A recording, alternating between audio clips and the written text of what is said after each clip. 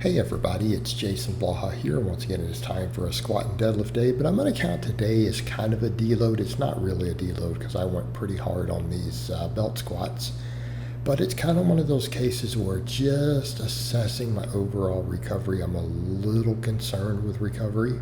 I felt like putting a heavy barbell on top of my spine would not be wise today, but I also still wanted to get some training stimulus, right? I wanted to get some active recovery from the reverse hyper. I wanted to make sure my quads and stuff got some stimulus. So I'm like, let's go ahead and just push the strength up on those belt squats, right? Let's push them up and see what I'm capable of doing fairly fresh. And that kind of sets the standard of me saying, okay, my quad strength is coming back fast, real fast, which means that old muscle memory is probably kicking in now that I'm putting some tension on them, and I have a feeling my quads are about to just blow back up. And of course, we have the belt off today. Some people ask me on that, why am I wearing the belt? Am I, ashamed of my loose skin? And it's like, no, I mean, it's there, but I also feel like on a lot of the upper body stuff, two reasons. One, if it's there, I feel like it's almost a distraction from the vlog. And I pretty much have to train shirtless right now. It is so hot. Just the laundry was getting ridiculous. It was getting ridiculous just how stinky shirts and stuff get real quick. So it's almost a necessity. But I felt like, number one, a distraction from the vlogs. Number two, wearing a belt improves neural drive. There are actual benefits to wearing a belt. And there have been phases where, again, in the past, I've worn a belt on everything. So again, just making that clear. But you guys can see here, it's all out a little more, and it is what it is, guys. I lost over 100 pounds, at one point in my life. And, just accept that. And I've had to make multiple videos explaining why I'm not going to get the surgery. And I think people who chime in with that really, really have a distorted view of all of that. But over to the training. So I felt like today, let me just do my normal belt squats, try to get my 5x10, with my normal weights. And I may need to raise that soon because I'm working off squat maxes. Once I start hitting some big squats again, I'll need to readjust that. But I'm like, let me take the belt squat. This is the weight I used last time, and I did 3 sets of it. And I'm like, you know what?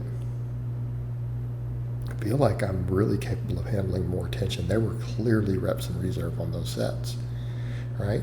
There's still a stimulus effect because keep in mind, I just now started doing this lift again hard. All right, I'm trying to go deep on it, get the full range of motion. I'm pretty much tapping the bottom. And I have the plates set up top so that they're not the limiting factor. I can go deeper on it, but I mean, I'm still tapping the floor on most of those reps, and a lot of them I'm coming to a dead stop. So I'm like, let me push it up. I'm like, so I got 6s with that. Let me see if I can get 5 by adding another 25 pounds, right? Let's go up to, again. I've also had people suggest, oh, well, if you're not 100% sure of the weight because of the swing arm, you could get a different model. I'm like, but that's not necessary. As long as we track overload over time, and we don't have to know those things, we just need to have consistency. And I got 5 reps there, and I'm like, I felt like I had more in the tank. And this tells me that on my future work sets where we need to go with that. All right, it tells me a lot about where we need to go. Also, again, side note, I'm noticing here with this footage, the loose skin is a little tighter. It really is. So I feel like over time, if I get leaner again coming up, that's probably going to tighten up even more. Because what people always have to remember, loose skin also is always a layer of body fat stuck to it. Like if you have truly loose skin with no fat, you'll be able to see completely through it. It's transparent, right? It's like paper.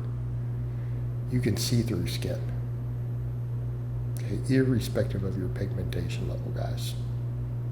So, I went up another 25, and I managed to get 5 reps. And I really felt like I could have ground out a 6 rep. So I'm going to have to push the progression on this. Now, was it necessary for me to do that today? No, it wasn't. This kind of gave me a good standard of where it's at. And, you know, I feel like the belt squats are going to blow my quads and adductors back up real fast. So I have a feeling, again, that's going to carry over to the squat depth, right? It's going to carry over to that squat depth. It's going to carry over to my squat strength. So when I come in, say Tuesday, and I put some weight on the squat, I have a feeling I'm going to be able to go deeper, and I have a feeling I'm going to have good reps in the tank. So even if I do my normal like 415, I've started doing just testing reps, should be pretty solid.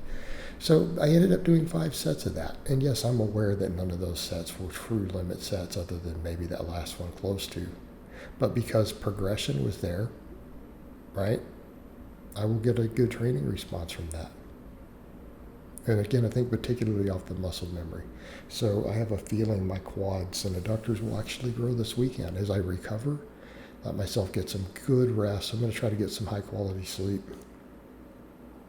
Keep the nutrition on point, and that muscle memory will kick in. The thing I'm going to run into, though, again, is the calorie thing and the heat. I have a feeling my calorie needs might actually go up if my quads start growing, you know, but in that case, maybe I'll just recomp at that point. But because, like I've said, I'm not going to keep trying to force feed. I'm not going to try to force feed. I'm going to let happen. And I think people need to understand how high my calories are. Even though I'm not even doing cardio because I don't want to eat even more, I mean, I'm maintaining weight on over 4,000 calories at this point. My maintenance is over 4,000. And when you don't eat any junk, right, it's going to get to a point where, again, I feel like I'm going to recomp at this point. And I may even lose a little weight. And it's not because I'm trying. So that's come up also. People are like, so you're cutting or you chasing bodybuilding? No, not at all. I don't care about strength. But I also don't want to gain fat. Right? I'm not going to bulk. So if I recomp, I recomp. If I end up cutting a little, because of that, I cut a little. And I think once the temperature is better, it'll be easier to make gains again. But I finished up with a couple sets of very high rep band crunches, right? Get a little bit of ab work in. Not a bad idea. I think particularly on a day like this where I didn't do any of the standing work, getting some abs in is not a bad idea. All right? Always get our core stronger. I've been doing crunches, though, a lot of times just when chilling at night. So I do get other core work in. And, of course, here's that last set again of the belt squats. So again, this is getting pretty strong because these are full range of motion. I'm pretty much tapping the floor on most of these reps, and I think at least 1 or 2 of them I came to a dead stop and then drove it off the floor. So again, quad and adductor hypertrophy going to come out of this.